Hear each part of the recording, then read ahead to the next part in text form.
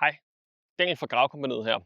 Jeg vil nu give jer en kort guide til, hvordan I bruger sådan en gravemaskine som den TB216, der står bag mig her. Når vi sidder inde i maskinen, så starter vi med at tænde den ved at dreje på nøglen. Der kommer lige en alarmtone til at starte med, til lige at advare om de folk, der er omkring, om at maskinen nu starter. Når glødepæren stopper med at lyse, så kan vi tænde for maskinen. Før vi kan begynde at bruge nogle af funktionerne i gravemaskinen, skal vi have venstre joystick her ned. Det gør vi ved at tage fat i det røde håndtag her og trykke det ned, og altså helt ned på plads her. Ellers er der ikke nogen af funktionerne, der virker. Før vi kan begynde rigtig at bruge gravemaskinen, skal vi have lidt mere gang i motoren, så vi skruer lidt op for gassen. Det gør vi her på højre side. Til højre joystick her, der har vi mulighed for at hæve det inderste led af gravemaskinen her. Sådan der, ved at trække frem og tilbage med det joystick her. Så har vi mulighed for at vinkle skovlen yderst ved at tage det fra side til side. På den venstre side, der har vi mulighed for at tage det midterste led og vippe frem og tilbage. Det gør vi sådan her, ved at tage det frem og tilbage. Og så har vi altså mulighed for at rotere rundt om os selv i gravemaskinen. Det gør vi ved at vippe fra side til side.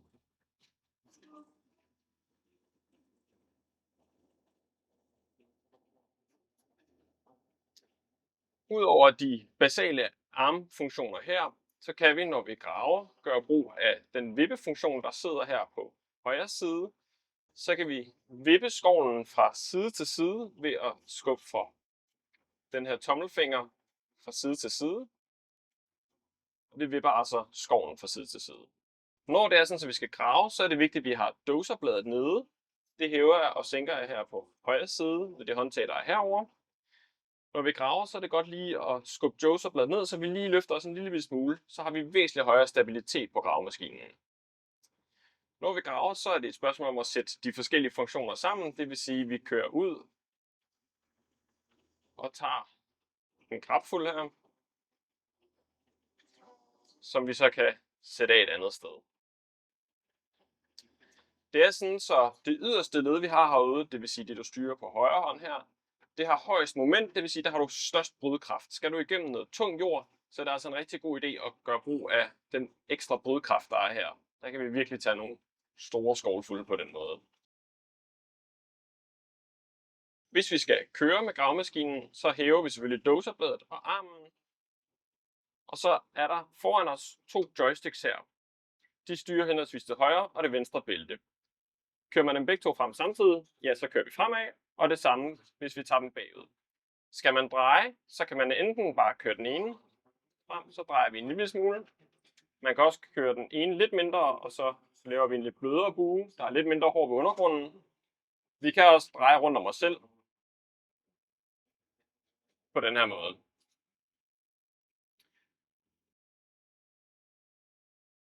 Når det er sådan, så vi skal ind igennem et smalt sted, så kan det være fordelagtigt at trække bælterne ind under gravemaskinen. Det gør vi ved, at vi sænker doserbladet så meget, at vi faktisk løfter gravemaskinen fra jorden, og så drejer vi hele vejen rundt og gør det samme på den anden side. Vi løfter selv op fra jorden, så vi egentlig er oppe at svæve nu.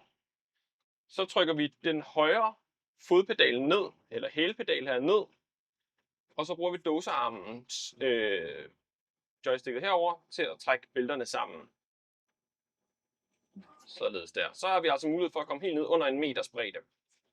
Det er klart, når de er ude, er der en større stabilitet på gravemaskinen, så det er bedst at køre dem ude så vidt muligt. Skal du ind et smalt sted, tæt på en bygning eller lignende, hvor du ikke kan få gravemaskinen helt ind tæt på, så kan det være en fordel at gøre brug af højre fodpedals vinklingsmulighed her, så vi egentlig kører ind, og så kører vi tæt på bygningen, og så vipper vi hele gravearmen mod venstre eller højre, afhængig af hvor det er, og så har vi mulighed for at grave meget tættere på bygningen, faktisk helt op tæt på den, uden vi egentlig er i vejen med selve gravehuset eller gravemaskinens hus her. Hvis vi skal skifte skovl på gravemaskinen, så gør vi det, at vi benytter den venstre joystick har sådan en knap her ved pegefingeren. Den trykker vi ned. Og det samme gør vi med venstre ben, hvor der er sådan en hælknap også. Der lyder der et biptone, og så løsner den skovlen her. Vi kan så sætte skovlen ned. Sådan der. Og kan så skifte skovl. Eller vi kan tage den her på igen.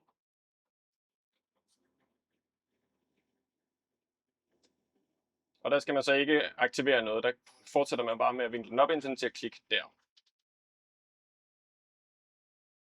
I gravemaskinen er der også yderligere funktioner til komfort og sikkerhed. Der er selvfølgelig en sikkerhedssele, som man skal på, når man graver. Så er der et vindue her på højre side til at skabe et gennemtræk. Og man har også mulighed for at trække de øverste, eller hele det forreste vindue her op. Nu sidder der lige kamera i vejen her, så jeg kan ikke trække det helt op. Men med de 2 knapper her til tommelfingrene, så kan man trække det helt op, så den har frit udsyn. Der er også mulighed for at tænde et havariblink. Det sidder oppe i højre hjørne heroppe. Og der er mulighed for at tænde lys ude på gravearmen. Det gør man nede på skærmen hernede. Der er den midterste knap til at tænde for lyset ude på armen herude. Så er der selvfølgelig også mulighed for noget sprinklervæske på at gøre brug af sprinklervæske og vinduesvisker, hvis det regner. Og ventilationen her. Og en radio, hvor der kan sluttes Bluetooth til. Vi skruer ned for gassen her igen, inden vi slukker. Sætter skovlen ned. Sænker dåserbladet. Og slukker for gravemaskinen. Så kan vi stige ud. Og selvfølgelig låse gravemaskinen af, inden vi forlader den. Tak fordi I kiggede med. Jeg håber, det kunne bruges. Og er du i tvivl om, hvordan du skal gøre brug af de forskellige funktioner, så konsulter altid med manualen først.